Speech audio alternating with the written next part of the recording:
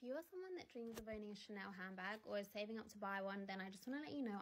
So she goes on to say about how those bags are basically absolutely worthless and that you're not spending money on anything of actual value. You're just spending money on a brand name because that you can get those for like dirt cheap as an employee because they aren't actually worth anything of value.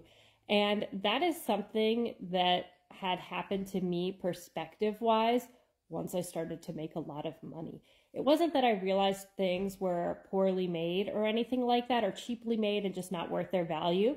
What happened to me when I started to make a lot of money was that once I had a lot of money, I realized the things that I wanted when I didn't have money, now that I could actually buy them, I don't really care to buy them anymore. It's like they lost their desire once it actually became attainable, right? So it's like people will see me and be like, oh, you're making so much money, why don't you drive like a Lamborghini or something like that? And I have two cars and one of them's not even like, it's already fully paid off. And it's like, I don't even want a Lamborghini. I could have a Lamborghini and I don't want one. Not to say that I ever even wanted one, but it's like the things you actually wanted that when you're like, oh my gosh, when I have money, I can't wait to be able to buy that. Like, I can't wait to be able to buy that. And then you get that money and you're like, I don't want to spend my money on that.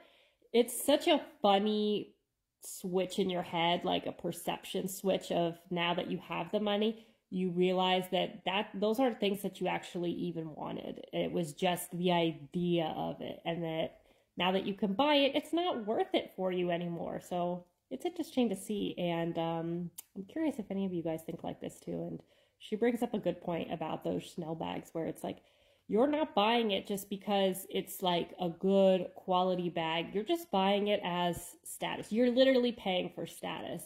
And when you actually have money, you realize that you don't need to pay into that game anymore.